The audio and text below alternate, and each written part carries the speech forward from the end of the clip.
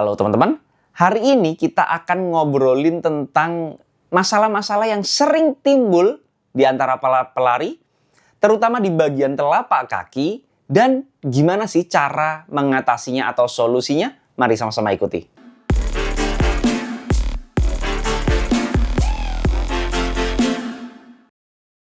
Bagi teman-teman yang masih belum subscribe, klik tombol subscribe yang warna merah yang di bawah ini biar saya makin semangat untuk membuat video-video yang bermanfaat buat teman-teman sekalian. Dan biar nggak ketinggalan kalau misalnya saya upload video baru tentunya seputar Nia Lari. Saya pribadi udah sering banget ngalami masalah-masalah yang ada di telapak kaki. Saya yakin kalian juga mungkin ada yang mengalami juga masalah-masalah yang sebenarnya terlihat sepele di telapak kaki kita ini. Cuman ya bisa ganggu banget. Bukan hanya sekedar mengganggu atau lari kita cuman nggak nyaman aja, tapi bisa merusak mood kita, bisa juga bahkan sampai cedera, atau juga bahkan mengganggu latihan kita, atau bahkan pada saat race day-nya itu jadi terganggu banget. Jadi kita harus mengantisipasi dan tahu gimana cara mengatasinya, solusinya atau bahkan pencegahannya. Nggak usah lama-lama, apa aja sih sebenarnya masalah yang bisa muncul di seputaran telapak kaki para pelari? Masalah yang pertama adalah kuku kaki hitam. Mungkin di antara kalian udah pernah ngalamin ya. Ini hal yang lumayan banyak pelari alami gitu. Nggak 1-2 orang aja. Saya rasa banyak yang pernah ngalamin. Terutama adalah teman-teman yang trail runner itu sering banget.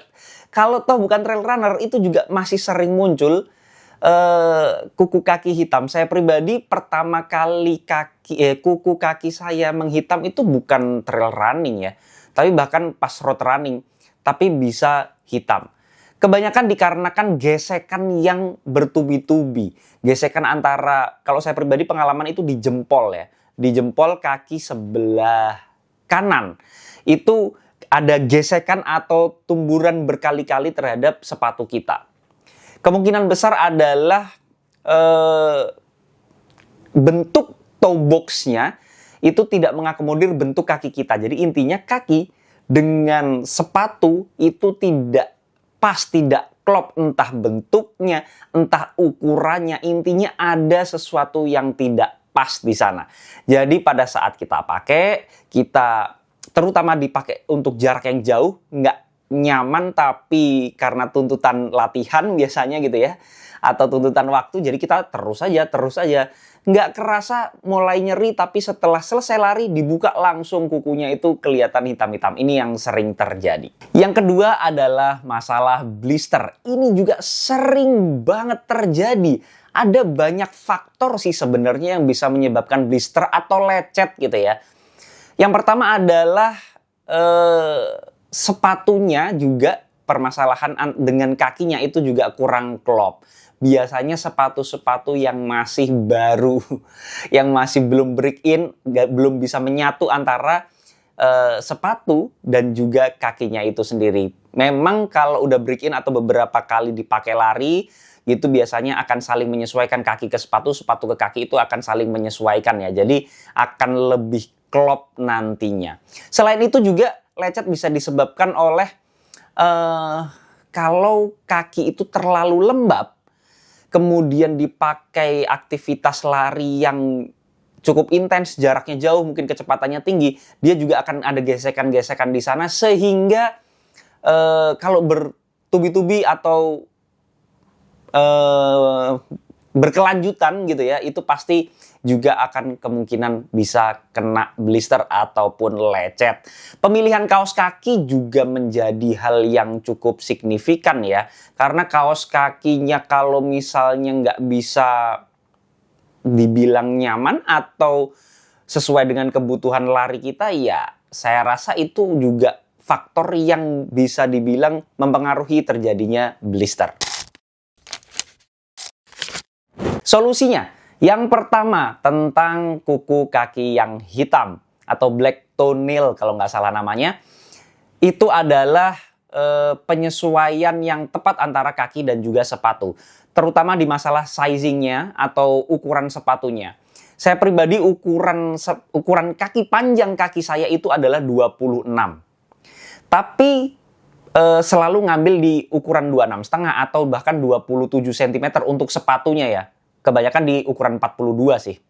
Ada juga kalau misalnya saya mendapatkan informasi bahwa sepatu itu toe box-nya agak sempit gitu ya, agak narrow, agak runcing, saya biasanya upsize setengah ukuran. Kalau brand luar itu ada setengah ukuran, jadi 42,5. Itu kalau misalnya sizingnya cenderung sempit. Tapi kalau misalnya normal aja, ya saya pakai size 42. Jadi ada space di sana sehingga lebih ada celah atau rongga, yang mana rongga tersebut pada saat kita berlari itu kan kita pasti nggak mungkin stay banget ya, pasti ada geser-gesernya sedikit. Nah itu nggak sampai mentok nyentuh di ujung-ujung dinding-dinding sepatu toe box-nya itu, di bagian toe box-nya, sehingga ya aman aja. Kalau misalnya nyentuh walaupun sedikit nggak kerasa mungkin, tapi kalau udah berkilo-kilo, udah berjam-jam, pasti lama-kelamaan akan tumbur-tumbur terus, kemudian lama-lama akan menghitam. Dan itu sakit banget loh, nggak bisa disepelekan. Mungkin awal-awal nggak kerasa, tapi lama-kelamaan itu sangat mengganggu dan bahkan kita jadi apa ya, bisa jadi sampai nggak bisa lari loh. Kalau misalnya kita paksakan terus, kemudian besoknya ya sakit semua itu jempolnya gitu ya. Dan biasanya kalau udah jempol kaki hitam itu harus dicopot dulu kukunya, agak serem ya kayaknya, dan harus ke dokter juga. Tapi kalau misalnya enggak pun ya nunggu kuku yang di dalamnya tumbuh lagi gitu untuk menggantikan kuku yang sisi luar. Jadi karena serem, alangkah baiknya jangan sampai kuku kalian hitam. Yang kedua adalah masalah blister. Yang pertama solusinya itu untuk mengatasi blister adalah dia pakai pelembab gitu ya. Atau biasanya intinya yang melicinkan kaki dengan sepatu biar nggak ada gesekan yang berlebihan. Biasanya saya pakai pelembab-pelembab yang seperti ini. Kalau mereknya sendiri terserah, ini banyak banget di minimarket atau supermarket, banyak banget sih. Mereknya juga macem-macem. Sebelum lari, sebelum pakai kaos kaki itu dibalurin dulu gitu ya. Terutama kalau saya pribadi pada saat long run, race day yang lama-lama gitu, kemungkinan besar saya pasti pakai daripada nanti kena blister jadi nggak nyaman. Kemudian solusi yang lainnya adalah pemilihan kaos kaki yang tepat. Kaos kaki kelihatannya sepele, kebanyakan kita pasti mikirnya kita pilih sepatu apa ya, padahal kaos kaki itu juga vital perannya. Dan apa sih sebenarnya fitur-fitur yang kita perlukan? Nah, kalau fitur yang paling lengkap untuk para pelari itu kaos kaki, ya ini saya ada contohnya, ada 2 brand, yaitu brand Zillwood dan juga Nigena. 2 brand ini saya rasa udah bener-bener memenuhi segala kebutuhan lari kita sih ya. Yang pertama ini ada brand Nagien. Nagien ini dia dikiriminya yang panjang gitu ya, yang panjang, yang mana ini cocok banget untuk kegiatan outdoor karena bisa dibilang ini untuk suhu-suhu yang musim-musim yang sekarang nih, itu jadinya enak banget gitu larinya karena memang anget banget. Kemudian yang kedua merek Zillwood, yang Zillwood sendiri ini sangat cocok untuk road running ya. Untuk road running bakal ya mantap banget sih. 2 kaos kaki ini itu berbahan merino wool. Apa itu merino wool? Merino wool itu intinya serat alami dari bulu domba yang mana itu jauh lebih halus dibandingkan dengan wool-wool yang lainnya. Karena memang ukuran seratnya itu kurang dari 22 mikron atau setengah dari rambut manusia loh. Itu lembut banget. Tapi memang feel dipakainya itu lembut banget. Dan keunggulannya itu lumayan banyak ya kalau bahan merino wool ini. Yang pertama, bahan merino wool ini dia sangat lembut, jadi bakal nyaman banget pakainya. Kemudian sama sekali dia nggak gatal walaupun dia masih baru. Saya pakai pertama kali itu belum saya cuci duluan ya. Mungkin kalian cuci dulu juga nggak masalah. Tapi saya pakai pertama kali itu nggak saya cuci, itu pun sama sekali nggak ada gatalnya sama sekali karena memang bahannya yang merino wool. Kemudian dia itu stay untuk kering, jadinya bebas bau. Enak kan? Jadi nggak perlu khawatir kalau kita buka sepatu terus kakinya bau gitu ya. Kemudian dia juga bisa menjaga suhu badan tetap nyaman. Jadi kalau dia itu kaki kita panas, dia akan bikin performa lari kita itu bisa terpengaruh banget. Karena memang suhu di kaki itu akan naik gitu ya. Karena dia itu breathable, jadi udara bisa keluar masuk dengan gampang sehingga dia akan suhu di dalam kaos kakinya itu akan terjaga lebih baik gitu. Kemudian juga dia itu awet, durable, kuat. Kalau serat merah itu jauh lebih kuat ya. Yang jelas dia itu nyaman banget karena memang termasuk cushionnya itu dapat nggak dari sepatunya aja, tapi kita dari kaos kakinya aja, dari bahan merino wool ini udah apa ya, kerasa nyaman dan empuknya, ada bantalan tambahan. Selain itu, kedua sepatu ini juga ada fitur-fitur yang udah ada di bagian arc-nya, yang mana itu akan memberikan tekanan yang bantalan yang cukup, ikatan yang cukup di bagian arc kaki kita. Kedua kaos kaki tadi bisa dibeli di H&R Running atau Hike and Run Running. Jadi Hike and Run itu ada websitenya sendiri, kemudian ada divisinya sendiri, divisi running, yang mana kalau divisi running ya itu isinya kebutuhan-kebutuhan lari kalian. Jadi kalau kalian nyari ya langsung yang ke divisi runningnya aja, saya rasa akan lebih mudah mencarinya.